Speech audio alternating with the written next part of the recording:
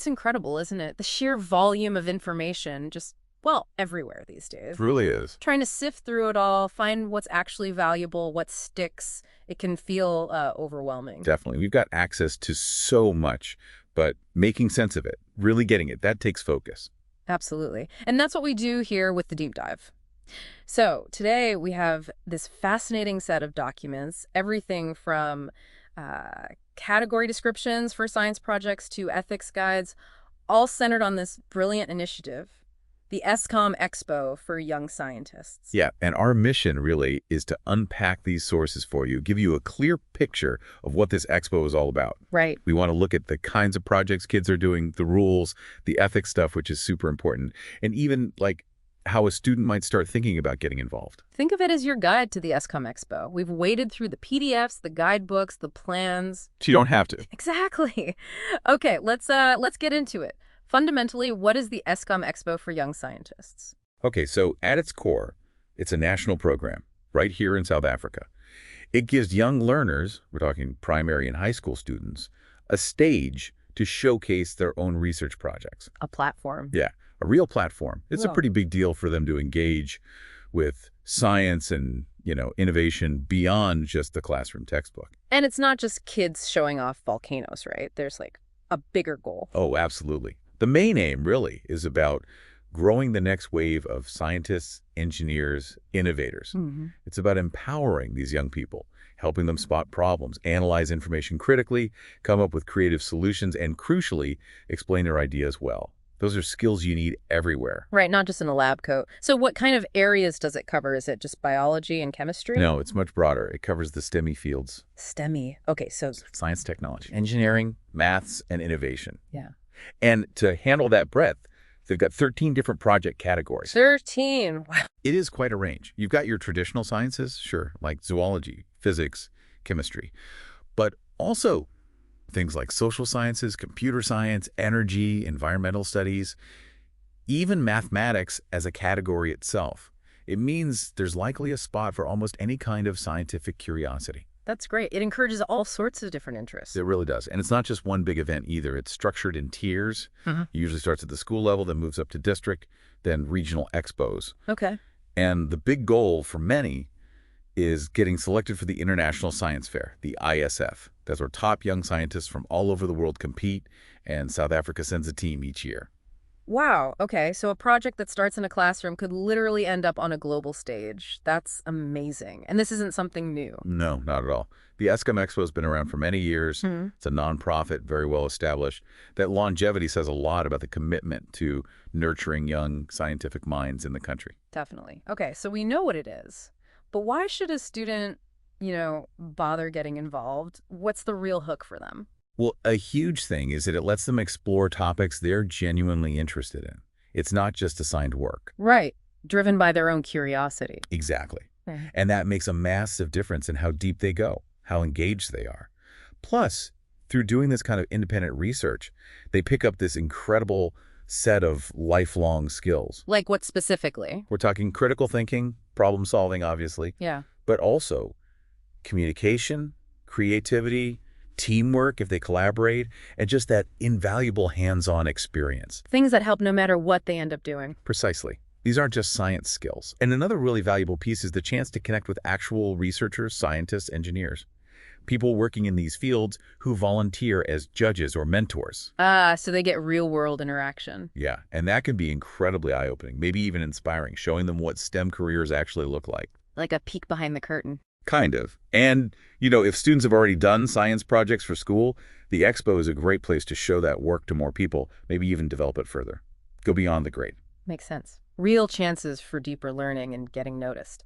Now, okay, projects. What kinds of things are we talking about? You mentioned the categories, but what do the actual projects look like? Generally, they fall into 4 main types, according to the guides. First, you've got your scientific investigations. Think classic experiments, testing a hypothesis. Okay, the scientific method in action. Exactly. Then there are engineering and computer science projects. These are about designing, building, coding, creating something tangible or digital. Right, problem solving through making things. Then you have social sciences projects. These look at people, behavior, societies, maybe education studies, psychology, that kind of thing. Fascinating. And finally, Mathematics or theoretical projects. These explore mathematical ideas, maybe use math to describe natural patterns or phenomena. Wow. Okay, that really covers a lot of ground. Can you give us some concrete examples? Sure. So in plant sciences, a student might investigate, say, the allelopathic effects of water hyacinth. That's how one plant might release chemicals that affect another plant's growth. Water hyacinth. Isn't that invasive? Often, yes. So that's a relevant local issue. Or in biomedical sciences, maybe researching a local health issue, or food science, or even sports science, how the body performs. So very practical health-related stuff, too. Definitely. And notice that water hyacinth idea. Someone else might tackle it from a microbiology angle within biomedicine, looking at the microbes involved. Ah, okay. One topic, different approaches. What about social sciences using that example? Well, a student could study the socioeconomic impact of that same water hyacinth on communities that rely on the affected waterways. How does it impact fishing, transport, local economy? Got it. Same plant, totally different question. And engineering or computer science? Okay, engineering. Hmm. Maybe designing a low-cost solar charger for small devices, focusing on materials available locally. Very practical. Or computer science. Developing an app to help fellow students manage study schedules. Or maybe a program to visualize local air quality data. Cool. And maths? Maths could be exploring something like fractal geometry in nature, or maybe developing a new algorithm for a specific task. So really, from very hands-on building to abstract theory, it sounds like if a kid is curious, there's a place for them. But, and this is often the hard part, where do these ideas come from? That's a really good question. The guides actually stress that ideas often pop up from just everyday life. Really? Like what? Things they see at home, school, or your community, maybe something in nature that catches their eye, or even something they see online or on social media. Like maybe there's a bridge nearby that always floods. Why? Okay. A real problem. Or maybe they noticed a lack of good learning materials when schools were disrupted. Could technology help? It starts with observation and questions about their own world. So paying attention to what's around them. Exactly. And then talking about it, chatting with teachers, maybe professionals they know, parents, that can help shape a fuzzy idea into something more concrete. And reading too, I guess. Definitely. Reading books, articles, looking online reliable sources, of course, helps them see what's already known and where the gaps might be. Even just looking at an object and thinking, could this be better? Or how does this work? It's about asking why and what if constantly. Pretty much. Yeah. And personal interests are huge. If someone loves building or working with people or coding, that passion is a great starting point. The motivation could be anything from making life easier, helping people with challenges, finding new ways to recycle stuff, or just digging into a question left unanswered by other research they've read. Right. So it's observation, conversation, reading, and following your own interests. Okay, so they have an idea, a spark. What's the next step? How do they turn that into an actual project plan? Okay, the first crucial thing is narrowing it down. You can't study everything about bees, for instance. The resources, use an example. Maybe a student, Zinholm, is interested in bees. She needs to focus. Maybe her question becomes, why is the bee population decreasing specifically at Sunflower Farm? It makes it manageable. Focus is key. What then? Then comes the literature review. This is super important. They need to find out what's already known about their specific question, using things like Google Scholar, maybe Science Direct, academic databases. So they're not reinventing the wheel. Exactly. They build on what's out there. This helps them see the gaps, the unanswered bits their project could maybe address. Okay. And that review helps them properly formulate their research question or define the problem they're trying to solve. Then they state their aim. What do they hope to find out or achieve? Got it. And finally, they develop a hypothesis that's a testable prediction for science projects. Or maybe an engineering goal with specific criteria, or define the algorithm they're creating for a CS project. Identifying variables or design constraints is part of that. It really sounds like they're learning the proper scientific process early on. Now, you mentioned ethics earlier. This involves research, sometimes with people or animals. What are the hard rules? The safety nets? Yeah, this is a big focus in the materials. Ethics and safety are paramount. So, number one, informed consent. If the research involves people, you must get their informed consent before you start anything. They need to know what they're signing up for. Non-negotiable. Absolutely. And privacy is huge. You can't display or share sensitive or confidential info about participants. If you use photos with people, you need written consent. Yeah. And often faces need to be blurred or blocked. Right. Protect identities. Definitely. Also, no offensive or sensitive photos are allowed on displays. Think things like graphic medical procedures, open wounds, that kind of thing. Makes sense. What about the actual displays at the expo itself? What can't they bring? Okay, there's a list of forbidden items, mostly for safety and ethical reasons. No living organisms, so no bacteria cultures, fungi, plants, insects, animals. Even in sealed containers. Even sealed. No agar plates. No human or animal parts, obviously. No dangerous chemicals or devices. Nothing flammable. Standard safety precautions. Yep. Also, no inappropriate photos, things showing harm to people or animals, surgery, anything disrespectful. No branded products, so no advertising. And no unsealed food or perishable food at all. Hygiene and safety. Okay, quite a comprehensive list. What if they're doing surveys or interviews? Maybe at school. It's a good question. If it's a survey at school, they need written permission from the principal first. And again, super important, never share personal details of the people interviewed or surveyed. Keep it anonymous. Protect the participants. And academic honesty. Plagiarism. Oh, absolutely core. Ethical research behaviors pushed hard. Plagiarism is a definite no-go, leads straight to disqualification. What counts as plagiarism here? Using someone else's work without crediting them, paying someone to do your project, copying stuff directly without citing the source, basically passing off others' work as your own. Right. Do your own work, give credit. What about safety during the research, if they're building something or using chemicals? They need to identify any potential hazards in their project, working with electricity tools, chemicals, whatever, and figure out how to minimize the risks. And anything involving hazardous material or procedures needs to be supervised by a qualified teacher or mentor. Safety first. It's clear they take safety and ethics very seriously. Okay, so the research is done, ethically and safely. How do they actually present all this work? Right, so they need a research plan. First, the expo provides templates for different project types to help structure that.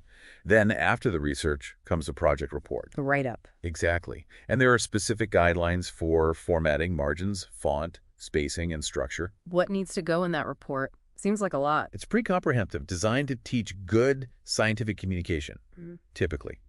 In introduction, the literature review we talked about, the problem statement or research question, the aim, the hypothesis or goal, the methods they used. Then the results, a discussion of what those results mean, the conclusion, acknowledgments, thanking people who helped, a proper reference list, and maybe an appendix for extra data. Wow, that's basically a mini research paper. It really is. It's great training. Alongside the report, they also create a visual display, a poster, usually. That gets judged too. It needs to be eye-catching, but informative, clear, well-organized, good title, clear headings, visuals labeled properly. So it's about the research and how well you communicate it visually and in writing. You mentioned references. Crucial, absolutely crucial for giving credit and avoiding plagiarism. They need to cite all their sources using the Harvard referencing style consistently. Got it. And then the judging itself, what happens when they talk to the judges? That's the interview part. Judges talk to the learners about their projects. They're looking for a few key things. Can the students summarize their project clearly and logically? Can they communicate effectively using the right terminology? Do they actually understand the science behind their project? And, really importantly, do they show ownership? Is it clear this is their work, their understanding? So it's assessing the whole package, the work, the understanding, the communication. Okay, this has been super informative. Before we wrap up, any final key tips for students thinking about diving into an expo project? Yeah, a few practical things stand out from the guides. Number one, keep a detailed logbook or project data book right from the start. Record everything, ideas, plans, experiments, results, problems, changes, everything. Like a scientist's diary. Exactly. Plan the research with a timeline. A Gantt chart is suggested as a useful tool. Helps stay on track. Be really careful and accurate when collecting data. Document absolutely everything, even rough notes and dead ends. Good records are vital. Anything specific for certain project types? For surveys, design clear, unbiased questions. Explain the purpose, keep it anonymous. Maybe pilot test it first on a small group. Good idea. For engineering, document the whole design process. Sketches, prototypes, testing, how you evaluated it. For computer science, Document the code, the language used, the design choices, the testing. Attention to detail and documentation seems key across the board. Absolutely. It fosters that systematic, thoughtful approach that's at the heart of science. Okay, so let's try and summarize this deep dive into the Eskom Expo. What are the main takeaways for our listeners? Well, I think we've seen it's a really important national program here in South Africa, really focused on sparking interest in developing young scientists. Right. It offers this broad platform across STEMA and even social sciences, with clear pathways from local to potentially international levels. We've seen a huge emphasis on doing research ethically and safely. Definitely a strong theme. And maybe most importantly, it's clear that taking part isn't just about winning medals. It's about building those crucial skills, thinking critically, solving problems, communicating, learning independently, skills that are valuable way beyond the expo. It really does sound like more than just a science fair. It's a structured journey of discovery and growth. The aha for me is seeing how much support and structure is there from the initial idea right through to presenting research like a pro. It's a serious investment in young talent. Exactly. It gives them a chance to be active participants in science and innovation, not just passive learners. Well said. And maybe a final thought for you listening right now. Given this huge range of possibilities at the expo and that focus on solving real problems, what issue in your community or something you're interested in might actually be the seed for a fascinating research project?